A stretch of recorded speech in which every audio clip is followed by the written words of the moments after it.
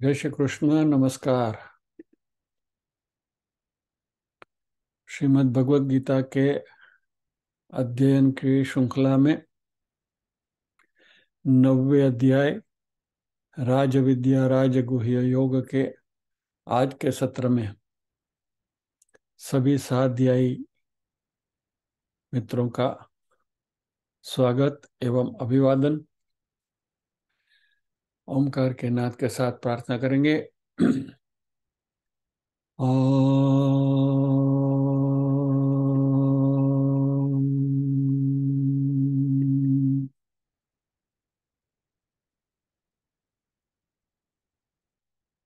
ओम।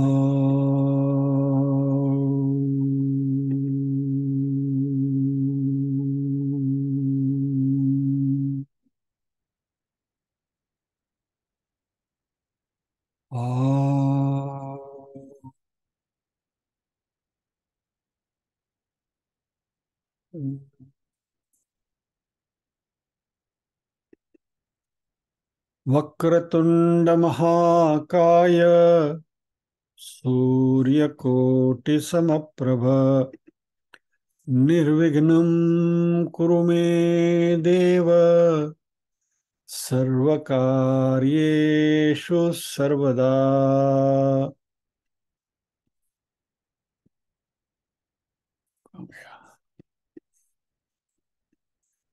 या कुन्देन्दुतुषारहारधवला या शुभ्रवस्त्रावृता या वीणावरदण्डमण्डितकरा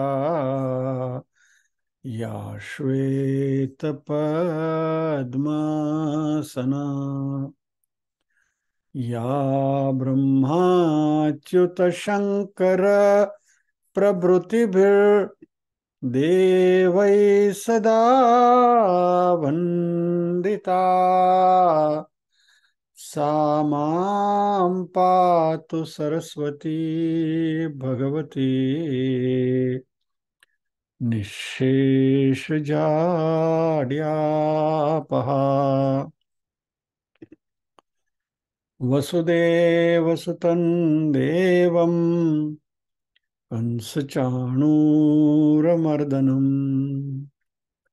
देवकी परमानन्दं कृष्णं वन्दे जगद्गुरुम्।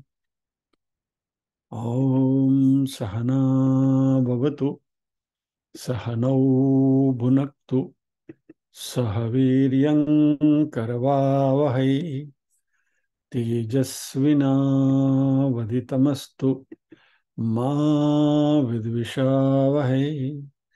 ॐ शान्ति शान्ति शान्तिः। यत्र योगेश्वर कृष्णो यत्र पार्थो धनुर्धरः तत्र श्रीर्विजयो भूतिर्ध्रुवा नीतिर्मतिर्मम।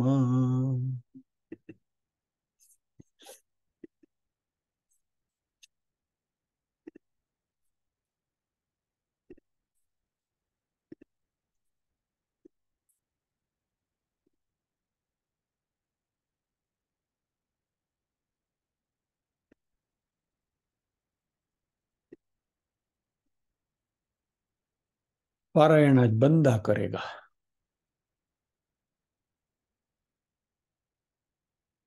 ओम श्री परमात्मने नमः। अथ नवमोऽध्यायः राजविद्या राजगुह्ययोगः। श्रीभगवानुवाच इदं तु ते गुह्यतमं प्रवक्ष्याम्यनसूयवे ज्ञानं विज्ञानसहितं यज्ञात्वा मोक्षसे शुभात्। राजविद्या राजगुह्यं पवित्रमिदमुत्तमं प्रत्यक्षावगमं धर्म्यं सुसुखं कर्तुमव्ययम्। अश्रद्धधाना पुरुषा धर्मस्यास्य परन्तप। अप्राप्य मां निवर्तन्ते मृत्यु संसारवर्त्मनि। मया ततमिदं सर्वं जगदव्यक्तमूर्तिना मत्स्थानि सर्वभूतानि न चाहं तेष्वस्थितः। न च मत्स्थानि भूतानि पश्य मे योगमैश्वरम्। भूतभृन्न च भूतस्थो ममात्मा भूतभावनः। यथाकाशस्थितो नित्यं वायुः सर्वत्र गो महान् तथा सर्वाणि भूतानि मत्स्थानीत्युपधारय। सर्वभूतानि कौन्तेय प्रकृतिं यान्ति मामिकाम्। कल्पक्षये पुनस्तानि कल्पादौ विसृजाम्यहम्। प्रकृतिं स्वामवष्टभ्य विसृजामि पुनः पुनः। भूतग्राममिमं कृष्ण मवशं प्रकृतेर्वशात्। न च मां तानि कर्माणि निबध्नन्ति धनञ्जय। उदासीनवदासीन मसक्तं तेषु कर्मसु। मयाध्यक्षेण प्रकृतिः सूयते सचराचरम्। हेतुनानेन कौन्तेय जगद्विपरिवर्तते। अवजानन्ति मां मूढा मानुषीं तनुमाश्रितम्। परं भावमजानन्तो मम भूतमहेश्वरम्। मोघाशा मोघकर्माणो मोघज्ञानाविचेतसः राक्षसीमासुरीं चैव प्रकृतिं मोहिनीं श्रिताः।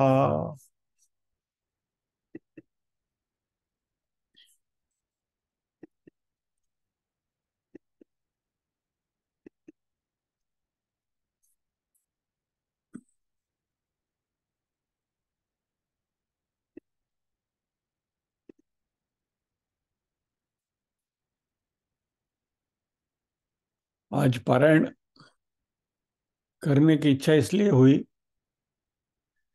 कि पारायण के क्लास में ये रस्व बराबर नहीं आ रहा है, दीर्घ बराबर नहीं आ रहा है, श श स बराबर नहीं आ रहे हैं। એવી બધી જે વાયડા હું કરું છું ને તો મને થયું કે લાવ હું બી જરા ચેક કરી લઉં મારું બધું બરાબર છે ને। अपना तो ठीक है ना। इसलिए सोचा कि आज जरा छोटी सी परीक्षा कर ले, ये फ्लो में बराबर आता है कि नहीं आता है। बाकी આમ બધી વાયડા કરવી બહુ સહેલી છે।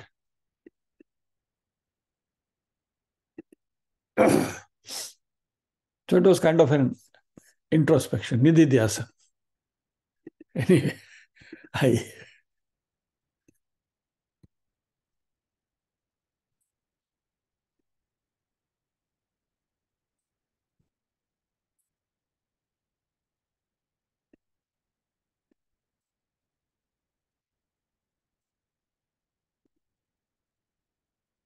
हम जो बात कर रहे हैं इस श्लोक में, मोगाशा मोघ कर्माण मोघ ज्ञाना विचेतसः राक्षसीम आसुरीम चैव प्रकृतिम मोहिनीम श्रिताः।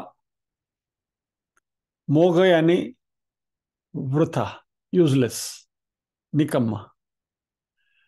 तो वृथा आशा, वृथा कर्म, वृथा ज्ञान वाले अज्ञानी जन विचेतसः राक्षसी और आसुरी मोहित करने वाले प्रकृति को धारण किए हुए हैं। प्रकृति यानी स्वभाव, यानी इन शॉर्ट जिनकी आशा अपेक्षाएं वृथा या तो विकृत हैं, जिनके कर्म विकृत हैं, जिनका ज्ञान वृथा या तो विकृत है, ऐसे अज्ञानी जन राक्षसी और असुरों के जैसे मोहित करने वाले स्वभाव को ही धारण किए हुए हैं। यह बात यहां भगवान कर रहे हैं।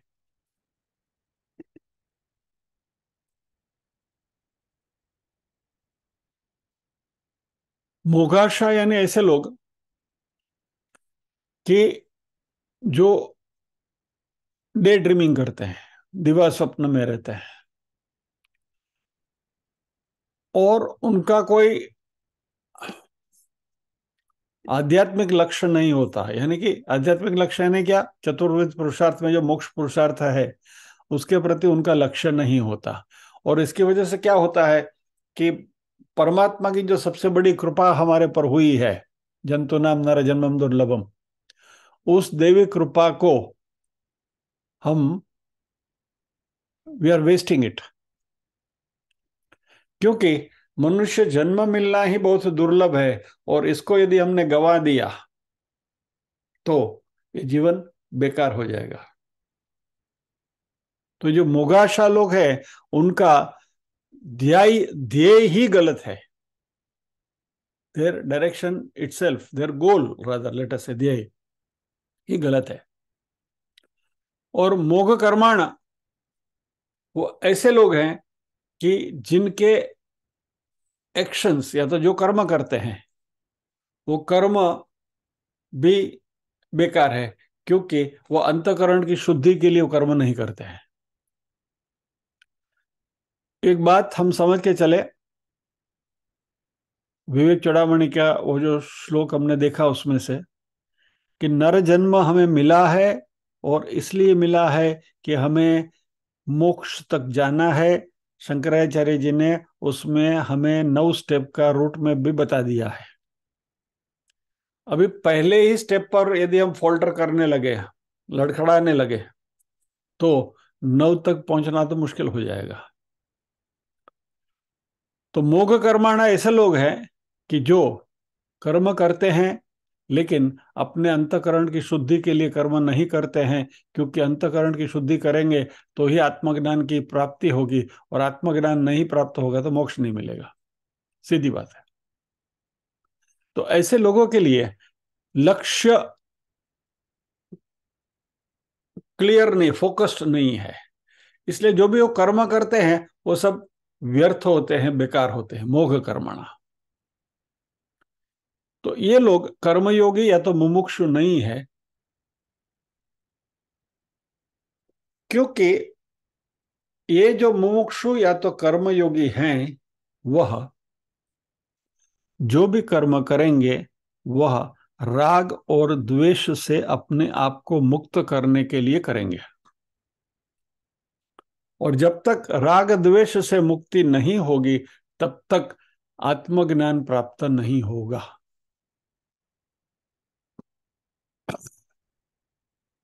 और ये जो इस प्रकार के जो मुमुक्षु हैं, जो राग द्वेष से परे होकर अपने आप का अपना वर्तन ढालते हैं, वह आत्मा ही परमात्मा है, उसकी उनको अनुभूति होती है,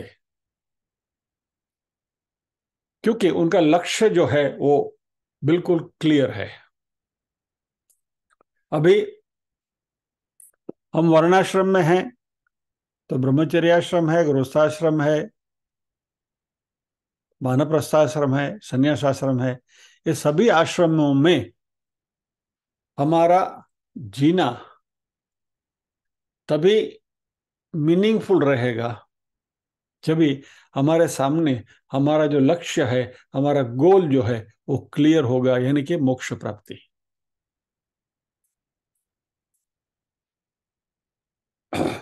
अब ये मोघ कर्माणा जो है वो कैसे होते हैं, ये जो भी बात करी अभी, ये जो मोक्ष प्राप्ति के लिए जो चल रहे हैं वैसे लोगों की बात थी।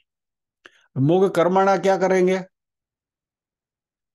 मैं ये करूंगा और मुझे ये प्राप्त करना है। और ज्यादातर ऐसे व्यक्ति सांसारिक उपलब्धियों के पीछे दौड़ते हैं। खास करके ये मैनेजमेंट के पार्लेंस में ये जो गोल सेटिंग वाले जो हमें सिखाते हैं ना, वो मोस्टली वो मोघ कर्म सिखाते हैं। ऑफ कोर्स, सी अभी हम गृहस्थ आश्रम में रह रहे हैं, तो एज ए गृहस्थ आश्रम ही हमारे पास शॉर्ट टर्म गोल्स होते ही हैं और होने चाहिए भी। ये दो बात को समझ के चले। हाँ,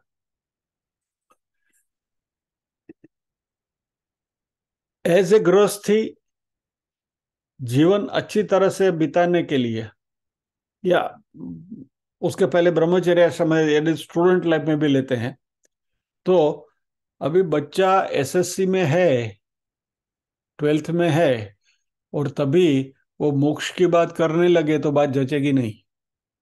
let us be very clear about it.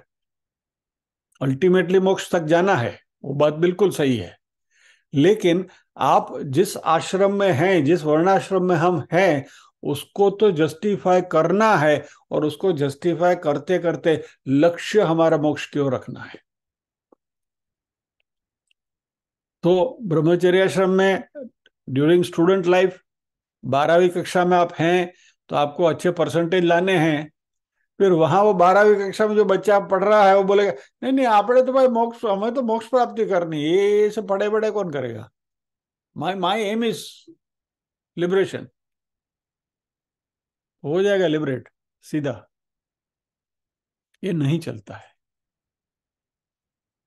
गृहस्थ आश्रम में आप आए, आपने शादी कर ली, और फिर नहीं नहीं, आपको आप आपने तो मोक्षार्थी चाहिए, बात पूरी थी, वो कमावा दमाવાની बात नहीं। तो ઘરમાં ઓલી લઈને આવે છે ને ભૂખે મારો।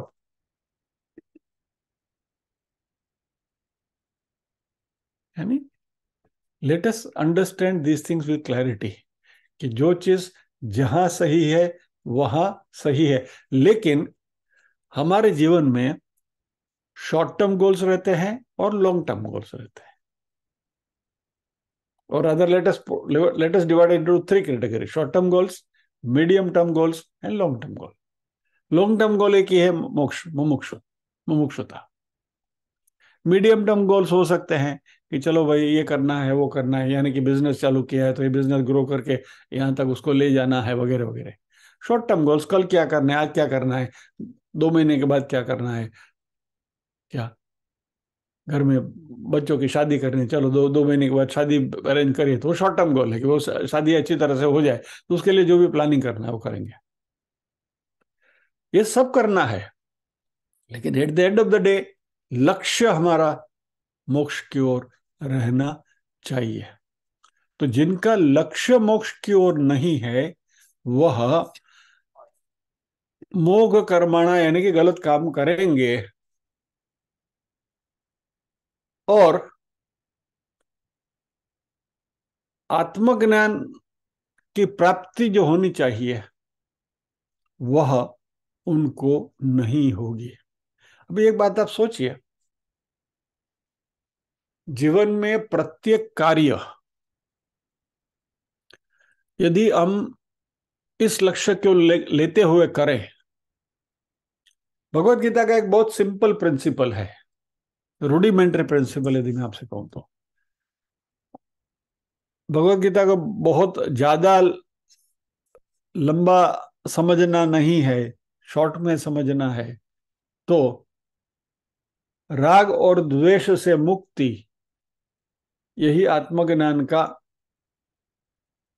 क्या कहूं मैं, सार है। चलिए, let us put it this way. राग और द्वेष से मुक्ति होगी तो क्या होगी, आपकी सभी कामनाएं खत्म हो जाएगी, क्योंकि कामनाएं जो हैं, all your desires, all our desires rather, they stem from what, पैदा कहां से होती है, राग और द्वेष से। मुझे ये करना है या तो ये नहीं करना है, तो राग है या तो द्वेष है। आप, हम हमारे कोई भी विचार को या तो कोई भी कृत्य को डाइसेक्ट करते चले, अल्टीमेटली कहां आएंगे रूट, राग या द्वेष। या तो हम राग से करते हैं या तो द्वेष से करते हैं। अभी आप यहां बैठे हैं, सब किस लिए बैठे हैं, राग है, बराबर, ज्ञान प्राप्ति में राग है इसलिए बैठे हैं। द्वेष होगा तो नहीं आएंगे, एटसेट्रा। कोई भी कर्म, सुबह उठ के चाय पीनी है, क्यों पीनी है, अच्छा लगता है, मजा आता है, राग है चाय में, तो चाय पीते हैं।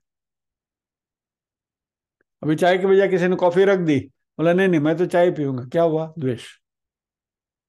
सिंपल। यानी भगवत गीता को एसेंशियली यदि हमें देखना है तो इस एंगल से देखें कि राग और द्वेष से विमुक्ति मिले, इसलिए हमें यह अध्ययन करना है, बराबर। तो अभी जो मोघ कर्माणा जो है वो क्या क्या है? उनके सारे एक्शन राग और द्वेष से प्रेरित होते हैं। अभी यहां हमें देखना है राग और द्वेष की मात्रा कितनी है, जितनी तीव्रता राग द्वेष की, इतना आप मटेरियलिस्टिक उपलब्धियों में ज्यादा उलझे हैं, ऐसा समझ के चलो। मेरा किसी में राग ज्यादा है तो भी मैं मटेरियलिस्टिक चीजों में उलझा हुआ हूं, द्वेष ज्यादा है तो भी मटेरियलिस्टिक, क्योंकि घूम फिर के वहीं आते हैं, वस्तु व्यक्ति परिस्थिति, राग द्वेष तीनों में ही निर्माण होते हैं। तो यहां मोघ कर्माणा की जो बात कर रहे हैं उसमें जो व्यक्ति सांसारिक उपलब्धियों को प्राप्त करने के लिए ज्यादा प्रयत्नशील रहते हैं या तो अति प्रयत्नशील रहते हैं, उनके जो सारे कर्म हैं वह मोघ हैं, और ऐसे लोगों को मोघ कर्माणा कहा गया है।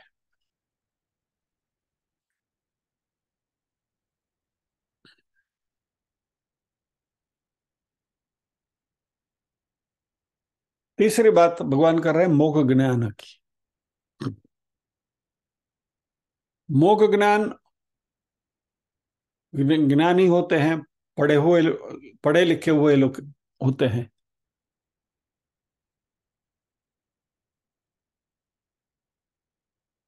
अभी जो एजुकेशन जो है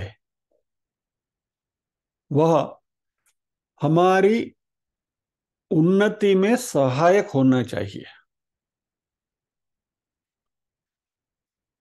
पहले तो हम जो भी कुछ कर रहे हैं वो मात्र आगू से चली आती है इसलिए कर रहे हैं, ऐसा नहीं करना है, गतानुगतिक नहीं करना है।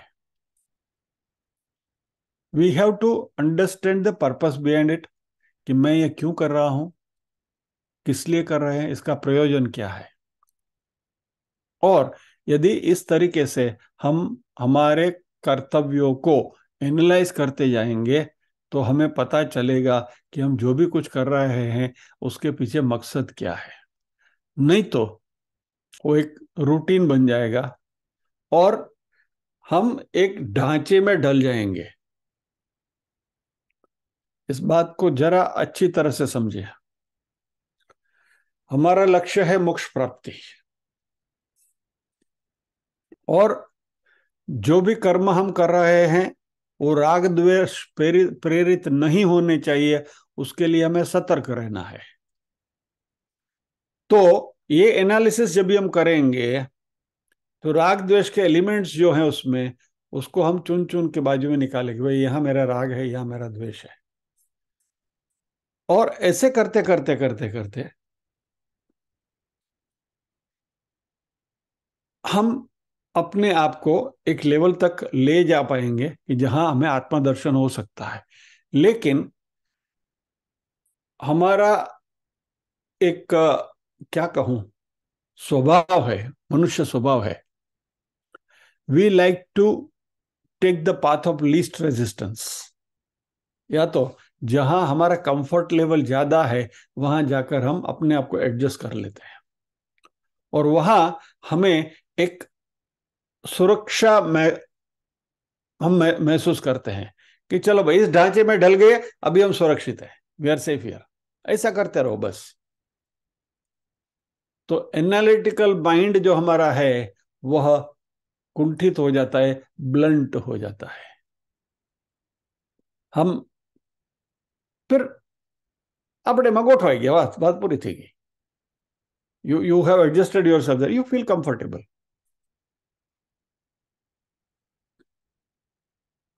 कोई भी हमारी जो दिनचर्या पकड़ लेते हैं, बराबर है।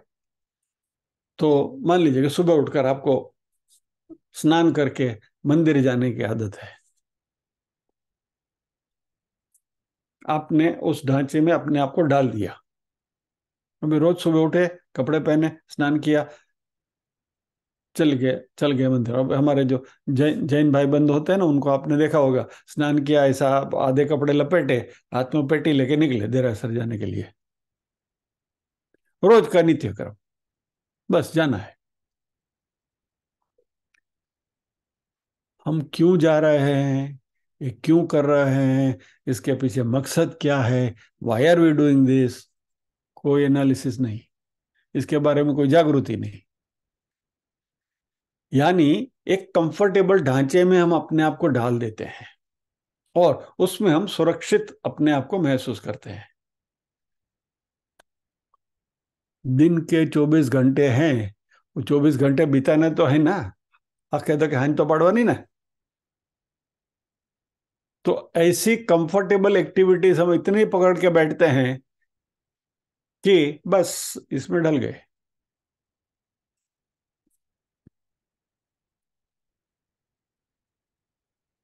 अब इसमें मजा क्या आएगा मालूम है? ये जो स्ट्रक्चर्ड अप्रोच है, इसमें हमारी भौतिक प्रगति अच्छी होती है। यू कैन ग्रो वेल, क्योंकि हमारे पास एक सेट स्ट्रक्चर है और उसके हिसाब से हमें चलना है। लेकिन जिस दिन वो स्ट्रक्चर आपके पैर के नीचे से फिसल गया, निकल गया, यू विल बी नोवेयर, आप कहीं का नहीं रहोगे। तो यहां भगवत गीता में जो बात कही जा रही है वो यह है कि व्यक्ति को आत्मनिर्भर बनाना है, not dependent on any external factor. बाहरी कोई भी परिबल के ऊपर आपको निर्भर नहीं रहना है। और ये जो स्ट्रक्चर्ड सोसाइटी में हम अपने आप को सुरक्षित महसूस करते हैं, उसमें रहते हुए हमें अपने आप को कॉन्स्टेंटली ये एनालिसिस करते रहना है कि मैं कहाँ जा रहा हूं या तो जा रही हूं। तो हमारा जो एजुकेशन जो है, शिक्षण जो हमारा है, वो ऐसा होना चाहिए कि वह हमें इस दिशा में आगे ले जाए, मात्र हमें पेट पालने की प्रवृत्ति तक सीमित न रखें। नॉर्मली हमने अपने आप को, वी हैव, क्या कहूं, अपने आप को इसमें एज ए ब्रेड विनर हमने अपने आप को सीमित कर लिया है। बस ठीक है, कमा लिया, खाना पीना अच्छी तरह से रहते हैं। पशु भी तो अपना आहार ढूंढ लेते हैं, वो भी रोटी खा लेते हैं, उनको भी जो खाना है उनको भोजन मिल जाता है कहीं से भी। उनको तो कोई सर के ऊपर कोई छत भी नहीं है, और न तो किसी स्कूल में जाते हैं और न तो कोई अध्ययन करते हैं। वैसे मनुष्य भी सदियों से रहे हैं जंगलों में, प्रजनन किया है। हमारे दादा परदादा परदादा परदादा, उनके परदादा की आप बात करें तो उनके पास इतनी कोई सुविधाएं नहीं थी, ऐसा कोई ये भी नहीं था, फिर भी चला है ना। अभी हम हैं उनकी प्रजा, आज भी हम जीवित हैं सब। तो मॉडर्न टेक्नोलॉजी नहीं होते हुए भी ये तो चलता ही था। आहार निद्रा भयमैथुनम च सामान्यमे तत् पशुभिर्नराणाम धर्मो हि तेषाम् अधिको विशेषो धर्मेण ही ना पशु समान।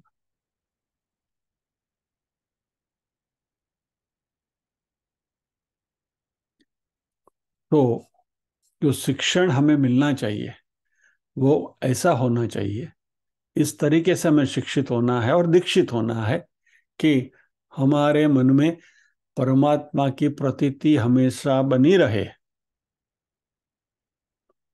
और यह परमात्मा यानी कि कहीं ऊपर सातवें आसमान में बैठे हैं वह नहीं, वह सत्य है, वही सत चित आनंद है, और वह परमात्मा और कोई नहीं, हम स्वयं हैं। इसकी अनुभूति जो शिक्षण हमें कराएगा वो शिक्षण सही, क्योंकि हमारा लक्ष्य क्या है? मुक्ति। तो इसके सिवा हमने जो भी ज्ञान प्राप्त किया, ये सारा रोटी कमाने के लिए सफिशिएंट है। As a bread winner is good enough. फिर इंजीनियर बनो, डॉक्टर बनो, कुछ भी बनो, व्यापारी बनो, बिजनेसमैन बनो, इंडस्ट्रियलिस्ट बनो, ultimately at the end of the day आपको मिलेगा क्या? आपकी थाली में दो रोटी। बाकी सब पैराफर्नियल है, उसके उसके ऊपर अलंकार है। Basically you are satisfying your need of food and shelter, खत्म। इस बात के ऊपर जरा ध्यान देना। तो सही शिक्षण क्या है? कि जो हमें इस जन्म मृत्यु का जो फेरा है उसमें से हमें मुक्त करे, वो जो शिक्षण है वही सही शिक्षण है।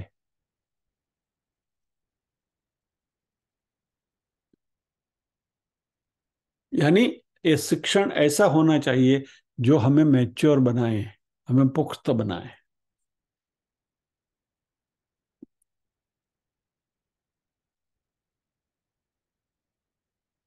और ये जो मोगाशा मोघ कर्माणा जो लोग हैं, बराबर, वह शंकराचार्य जी कहते हैं कि वो विचेतसः हैं, यानी जिनका चित्त भ्रम हुआ है।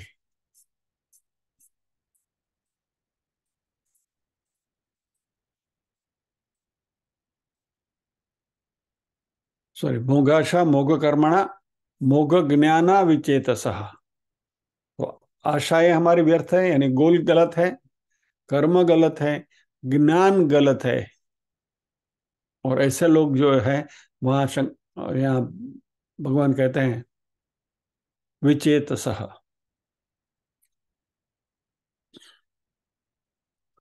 विचेतसः यानी क्या? जिनमें विवेक नहीं है।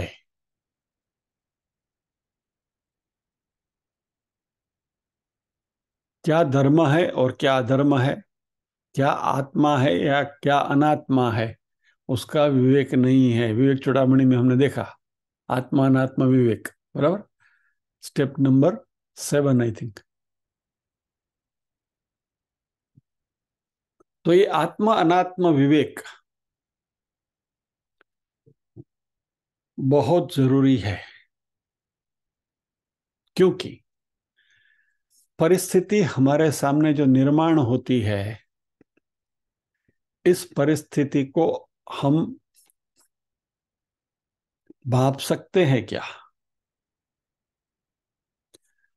Are we in a position to interpret a given situation कि क्या सही है?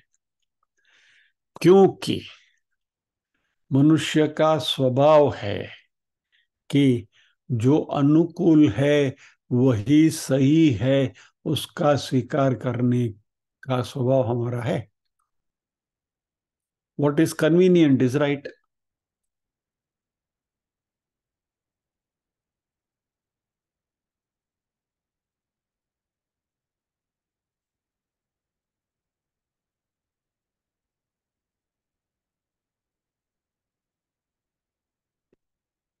अंग्रेजी में जिसको हम कहते हैं मैरिज ऑफ कन्वीनियंस। और हमारा दिमाग इस दिशा में काम करने लगता है, और इसको हम जस्टिफाई भी करने की कोशिश करते हैं कि जो हमें अनुकूल है वही सच है, सही है। हमारे एक साथी अभी तो क्लास में नहीं आते हैं, बहुत बहुत बहुत समय से नहीं आए हैं। उनके साथ पहले एक बार चर्चा हुई थी, तो कहते थे कि Bhagavad Gita can be interpreted in both ways. जो आपको अनुकूल है वो दिशा में आप उसको मोड़ के ले जा सकते हैं। You you you can derive a meaning which is convenient to you. तो फिर उनको समझाया था कि भैया ऐसा नहीं है, you have to take the right meaning from that, not the convenient meaning from that. और ये दोनों में फर्क है।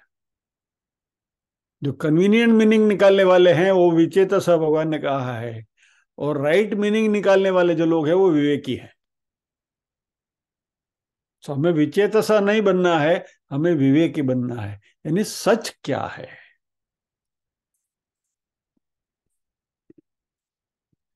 वापस आपको घुमा फिरा के ले आओ वहां, सच क्या है। विवेक, आत्मात्मा का विवेक आपको करना है, और आपको विवेकी बनना है। अल्टीमेटली कहाँ जाओगे। ये निर्णय मैं ले रहा हूं या तो ले रही हूं, इसमें मेरा राग है या तो मेरा द्वेष है। बराबर। और राग द्वेष से प्रेरित लिए गए कोई भी निर्णय जो हैं, they are going to be tainted, they are going to be coloured. और ये आपको आत्मा की उपलब्धि नहीं कराएगा। क्योंकि क्या होता है कि जब भी हम राग से ग्रस्त होते हैं तो हमारी अनुकूलता को हम पकड़ के बैठते हैं, ये कन्वीनियंट है इसलिए राइट। दिमाग ने उसको जस्टिफाई कर दिया, राग से उसको पकड़ लिया, और फिर एक बार आपने पकड़ा तो आप उसको जस्टिफाई करोगे।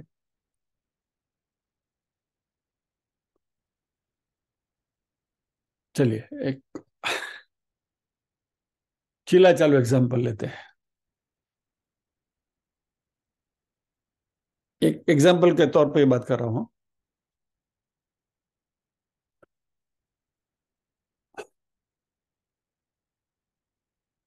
रागा ने मान लिया, उसके मन में राग आया कि इस देश का सबसे अच्छा प्रधानमंत्री मैं ही बन सकता हूं।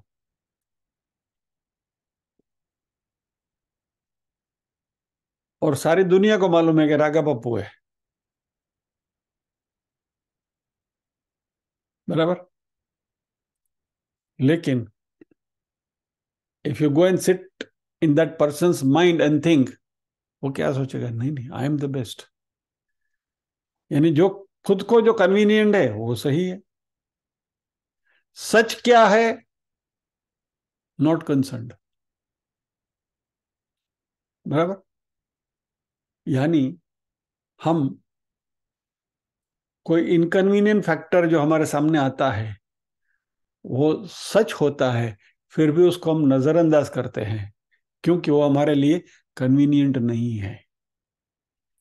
तो जो कन्वीनियंट को सच पकड़ के गलत रास्ते पे जाते हैं, राग या द्वेष से ग्रस्त होकर, वह सारे यहाँ विचेत सह की कक्षा में रखा गया है।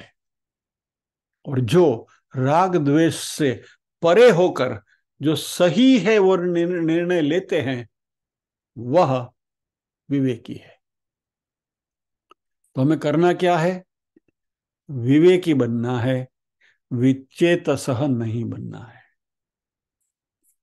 और ये राग द्वेष से अच्छे अच्छे लोग नहीं बच पाते हैं, तो हम कौन से खेत की मूली। लेकिन हम इतनी सतर्कता तो बना सकते हैं कि भाई नहीं, लेट अस बी केयरफुल। हम अपने आप को थोड़ा सजाग सतर्क तो रख सकते हैं कि भाई ये बात, इससे थोड़ा अलग रहना अच्छा है। अब ये राग और द्वेष वाले जो लोग हैं, अति रागी या तो अति द्वेषी, वह यहाँ स्पेसिफिक शब्द का प्रयोग किया भगवान ने, वह राक्षसी या तो आसुरी, ऐसी मोहिनी प्रकृति के गुलाम बन जाते, उसके आश्रित बन जाते हैं। राक्षसीम आसुरीम चैव मोहिनी प्रकृतिम स्थिताः।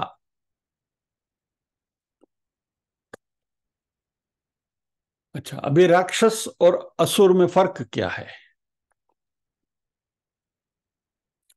राक्षस जो है उसमें रजोगुण का प्राधान्य होता है, प्रिडोमिनेंस ऑफ रजोगुण। रजोगुण क्या है,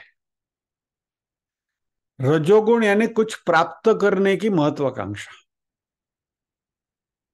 बिकॉज रजोगुण का मेन उद्देश्य क्या है? एक्टिविटी, बराबर, एक्शन।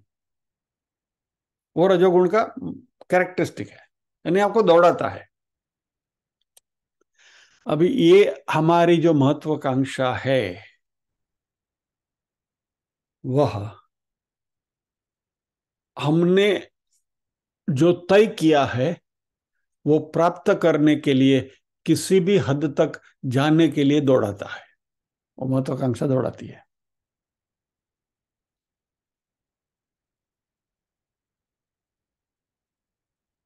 और फिर इसमें जो भी बीच में आएगा उसको अपने बीच में से हटाने की वृत्ति रहती है। कॉर्पोरेट वर्ल्ड का एक एग्जांपल ही दे दूं आपको, चलो।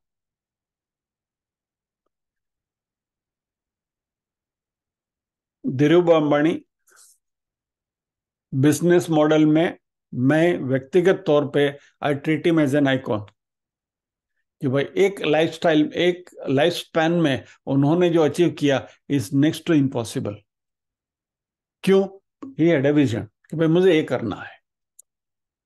लेकिन ये करते करते इन्होंने अपने इस रजोगुण का परिचय भी दिया। कैसे? मैं आपको प्रैक्टिकल एग्जांपल है ये, और ये this are all known facts, इसमें कोई।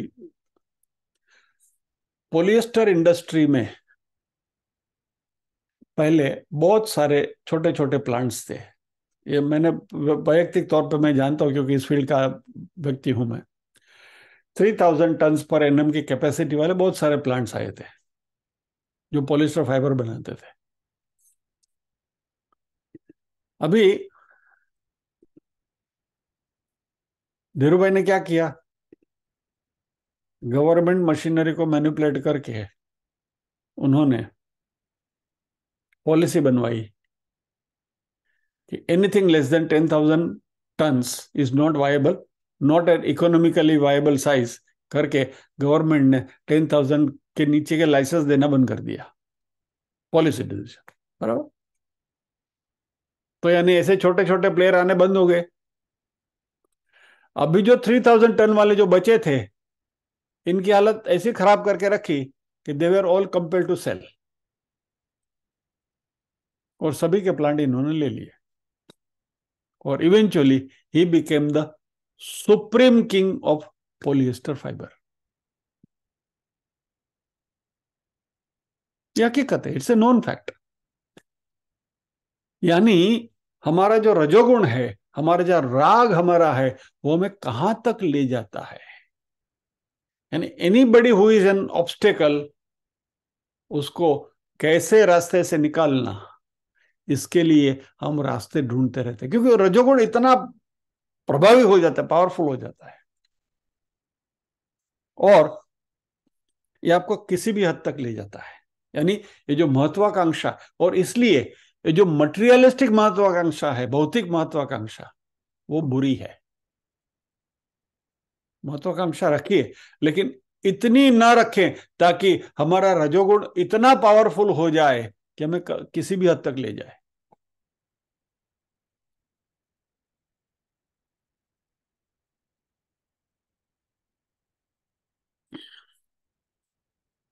तो ऐसी जो बिहेवियर है उसको राजसी प्रकृति या तो राक्षसी प्रकृति कही गई है।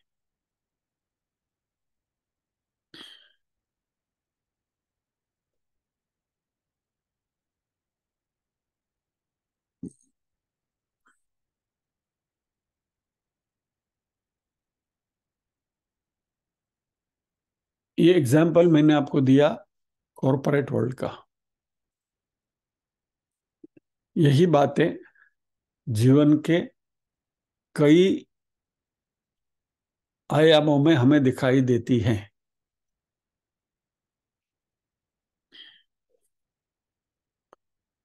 नॉर्मल गृहस्थी के लेवल पर देखना है तो एकता कपूर की सीरियल जो भी आपके सामने आए, देख लीजिए उसको। रजोगुण समृद्ध ही है सारे सीरियल्स, क्योंकि फैमिली मेंबर्स एक दूसरे को आंटी देवानी प्रवृत्ति में हो।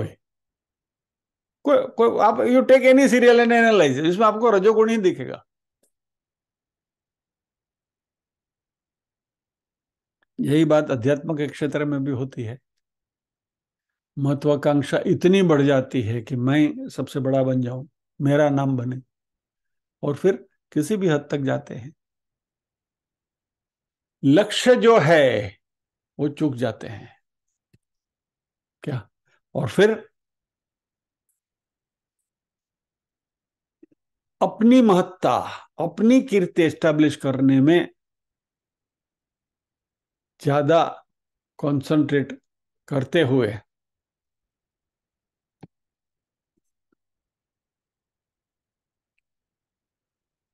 तो होता क्या है। और ये बहुत सारी ऐसी एक्टिविटीज हैं, आप देखेंगे जब भी शुरुआत होती है तो एक अच्छी नीयत के साथ, एक अच्छी एम के साथ होती है। फिर जैसे जैसे वो बढ़ने लगता है कारोबार, तो ये राग उसमें, ये सॉरी, ये रजोगुण उसमें अपना प्रभाव दिखाने लगता है। और फिर बढ़ते रहो, बढ़ते रहो, बढ़ते रहो, फिर आपको अनुयायी चाहिए, आपको धन चाहिए, आपको फिर आश्रम बनाना है, आपको फिर ये करना है, आपको फिर ये करना है। और પછી तो वटवृक्ष से फूले जितना बड़े उतना कम है। ये हुआ राक्षसी प्रकृति लोग, राजसी, जिनमें राजसी रजस ज्यादा है। और असुर, अच्छा, ये राक्षस और असुर में फर्क क्या है। राक्षस में रजोगुण है, असुर में तमोगुण है। और ये तमोगुणी लोगों का क्या है, खा पी के मौज करो, eat drink and B Mary, कुछ भी खाएंगे, कुछ भी पिएंगे, कुछ भी करेंगे। उनके जीवन में कोई नियम नहीं है, कोई नीति नहीं है, कुछ नहीं। ये हमारे सारे टेररिस्ट हैं, या तो सारे बड़े बड़े गुंडे हैं, ये सारे इस कक्षा में, असुर के कक्षा में आते हैं। तमोगुण ही है।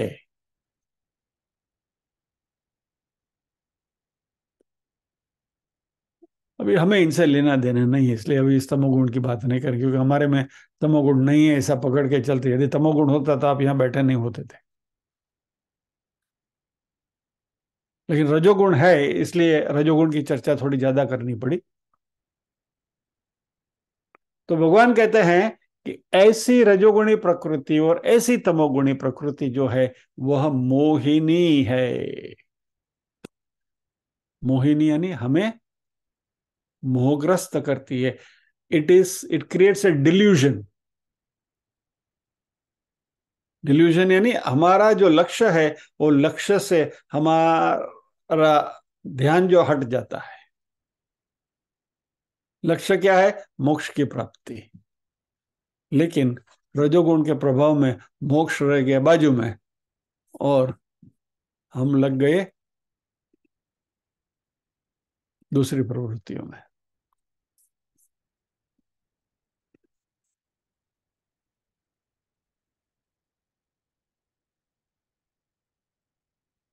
और ये मोहिनी प्रकृति वाले जो लोग हैं, उनका जो एक्सट्रीम एग्जाम्पल है चार्वाक।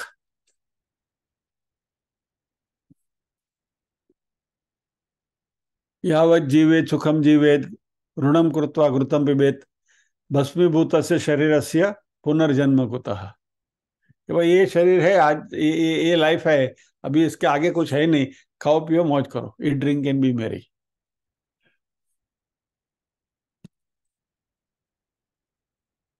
क्रिश्चियनिटी के बारे में मैंने कहीं पढ़ा था, कहा गया है कि क्राइस्ट के जीवन में, उनके आप जीवन ही पढ़ेंगे ना, तो उसमें वो 20 साल कहीं अदृश्य हो गए थे। There is a book also, 20 years exile of Christ, कैसा कुछ उसका टाइटल है। अभी उसमें एक एनालिसिस ऐसी बताई गई है कि वो 20 साल क्राइस्ट कश्मीर में जाकर रहे थे और कश्मीर का जो शैविज्म है उसका उन्होंने अध्ययन किया था। और फिर उन्होंने सोचा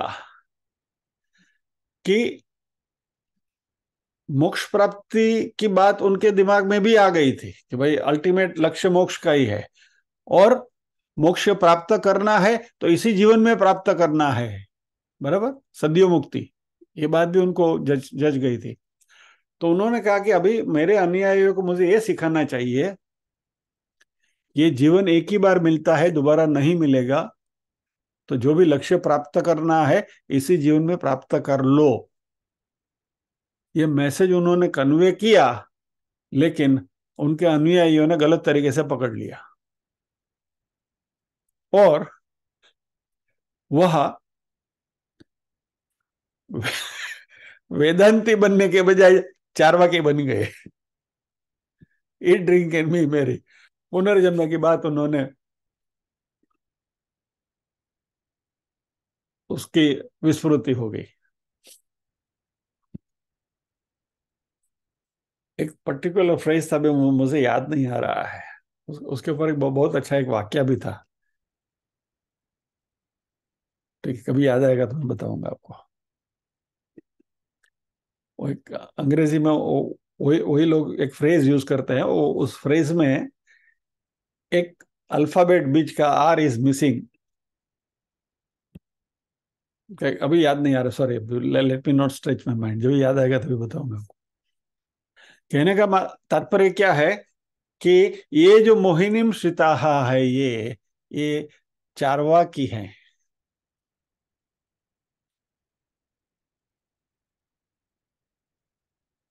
और मजा क्या आता है कि इनका स्वभाव, इनका मिजाज, इनकी मनोवृत्ति ऐसी ही हो जाती है, और उनकी जो मनोवृत्ति है उसी मनोवृत्ति को सपोर्ट करने के लिए अपनी फिलोसॉफी बना लेते हैं।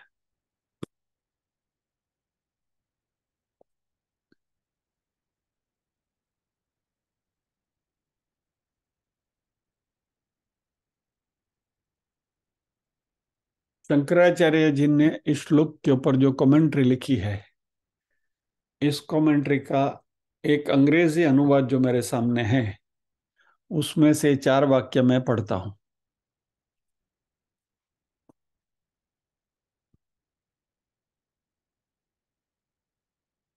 The word Mohini added to the word Prakriti makes it to mean more than a mere disposition. They have a philosophy to support their disposition, which in turn a product of their own disposition.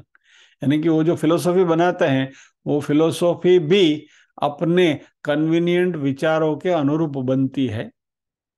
It is a philosophy created by a mind that has a predominance of tamas or rajas.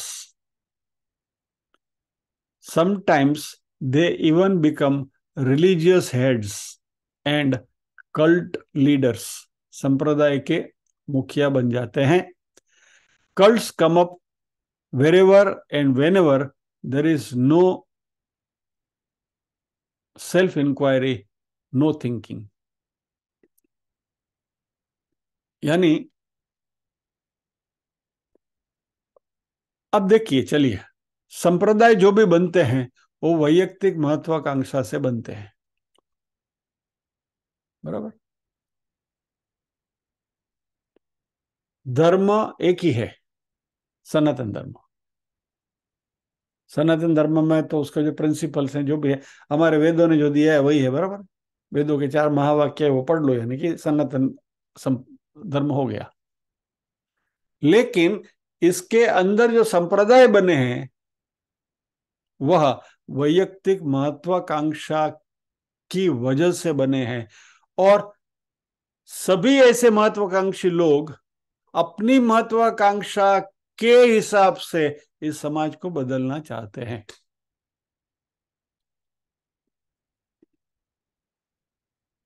You can analyse this. और ये मैं नहीं कह रहा हूं, I am reading straight, और उसका मैंने खाली हिंदी ट्रांसलेशन आपके सामने रखा। एक बहुत बड़े प्रबुद्ध कमेंटेटर का ये कहना है।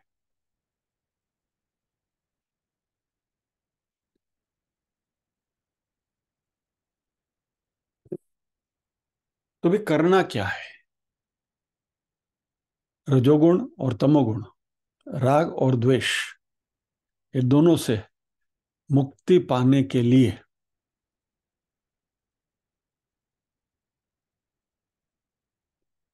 व्यक्ति को प्रवृत्त करना है कि वह स्वयं अपने आप अपना विवेक जागृत करे और सोचने को मजबूर हो जाए कि हम जो कर रहे हैं वह राग द्वेष मिश्रित है, राग से प्रेरित है, द्वेष से प्रेरित है।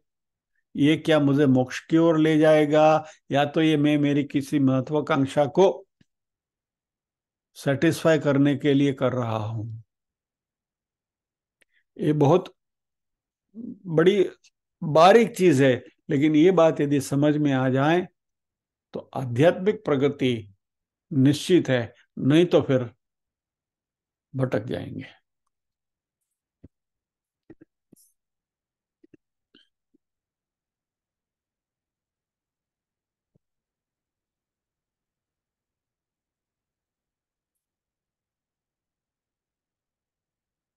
आई थिंक समय हो रहा है, तो आज हमें इस बात को यहाँ रोकना होगा। आज की जो बात हुई और इसको, इसका जो कंक्लूजन भी जो है, वो पूरा शंकराचार्य जी की ही कमेंट्री के ऊपर आधारित है, शंकर भाष्य के ऊपर ही आधारित है। और मोगाशा मोग कर्मणा मोग ज्ञाना विचेतसः, यानी कि जिनके लक्ष्य गलत है, मोगाशा मोग कर्मणा, जो कर्म करते हैं वो गलत करते हैं, रजोगुण से प्रेरित करते हैं। मोग ज्ञाना, यानी उनके पास ज्ञान है, पांडित्य है मान लीजिए, फिर भी उसका उपयोग अपने भौतिक हेतु को साधने के लिए यदि करते हैं तो वह मोग ज्ञान हो गए। और विचेतसः, यानी कि दिशा भ्रम जिनकी हो गई है, ये विचेतसः, यानी ये विवेक ही नहीं है, विचेतसः है। ये आज की हमने बात करी। इसको और भी थोड़ा आगे इलेबरेट करना है, अगली बार करेंगे। प्रार्थना करते हैं।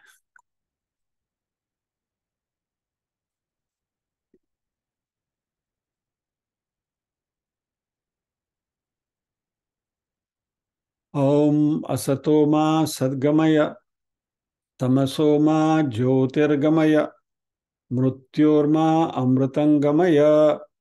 सर्वेषां स्वस्तिर्भवतु, सर्वेषां शान्तिर्भवतु, सर्वेषां मङ्गलं भवतु, सर्वेषां पूर्णं भवतु। लोका समस्ताः सुखिनो भवन्तु, लोका समस्ताः सुखिनो भवन्तु। नाहं कर्ता हरिः कर्ता, हरिः कर्ता हि केवलम्।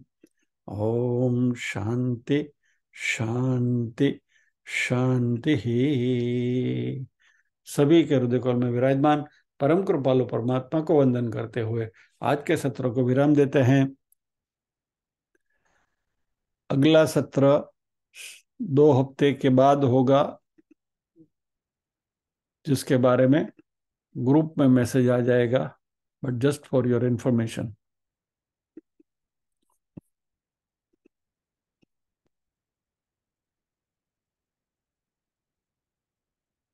जानने से पहले 2 बातें। पहले तो सभी को दिवाली की शुभकामनाएं, और आने वाला नया वर्ष हम सबके जीवन में आध्यात्मिक उन्नति की ओर ले जाए, बाकी तो सब हमारा जो प्रारब्ध है वो प्रारब्ध के हिसाब से और हमारे पुरुषार्थ से जो भी कुछ मिलना है वो मिलता रहता है, वो ईश्वर की कृपा है और उसका हम आनंद लेते हैं।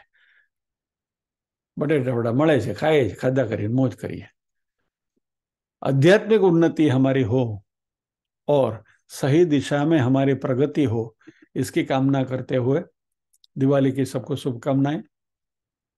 क्योंकि अभी हम मिलने वाले हैं दिवाली के बाद, तो बधाने एडवांसમાં બેસતું વર્ષની પણ शुभेच्छाओं।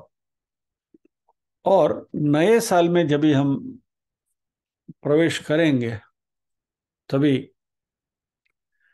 ये बात पहले करी थी कि आप लोगों की कहीं ना कहीं, मैं क्या कहूं, परीक्षा तो नहीं कहूंगा, लेकिन निधि ध्यासन कितना हुआ है या तो मनन कितना हुआ है, इसका कुछ न कुछ हमें झलकियां मिलती रहे, इस दिशा में कुछ प्रयत्न करना है, ये विचार आपके सामने रखा था। उसका अमल करने को लालायिकता बढ़ रही है। अभी हमारे एक स्वाध्यायी ने लकीली फॉर्चुनेटली सामने से अपनी इच्छा व्यक्त करी है कि वो कुछ कहेंगे। तो अभी नया साल की शुरुआत कुछ ये नए ढांचे से शुरू करेंगे हम। तो आप में से और भी किसी को अपने विचार रखने की, कुछ कहने की, मैं नाम नहीं कहूँगा, आपको वगैरह, आप you on on your own, आप अपने आप को सोच कर कि भाई चलो मैंने जो भी सीखा है तो उसको मैं मारे भी पीरसणिया थવું છે એમ રાખો ને આપણે, बराबर। तो जिनको भी परोसने की इच्छा है वैसे आप अपने नाम मुझे बताया करिए, ताकि as and when opportunity arises, जब भी हमें इसके लिए मिले तभी आपको अग्रसर किया जाए। तो विद दिस नोट आज के सत्र को यहाँ विराम देते हैं। जय श्री कृष्ण।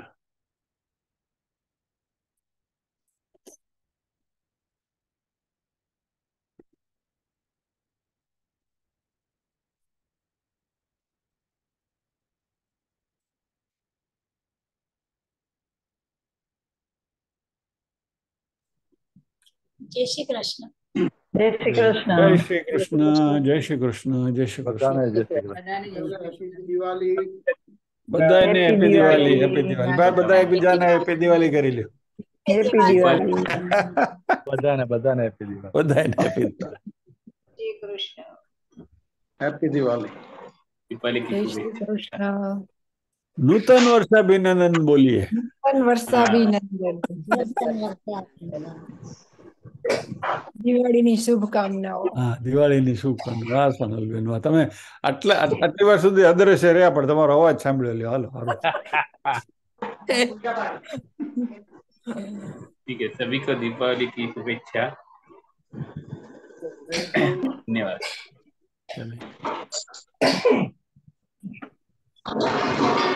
नवा वर्षे મળશું। જય શ્રી કૃષ્ણ। जय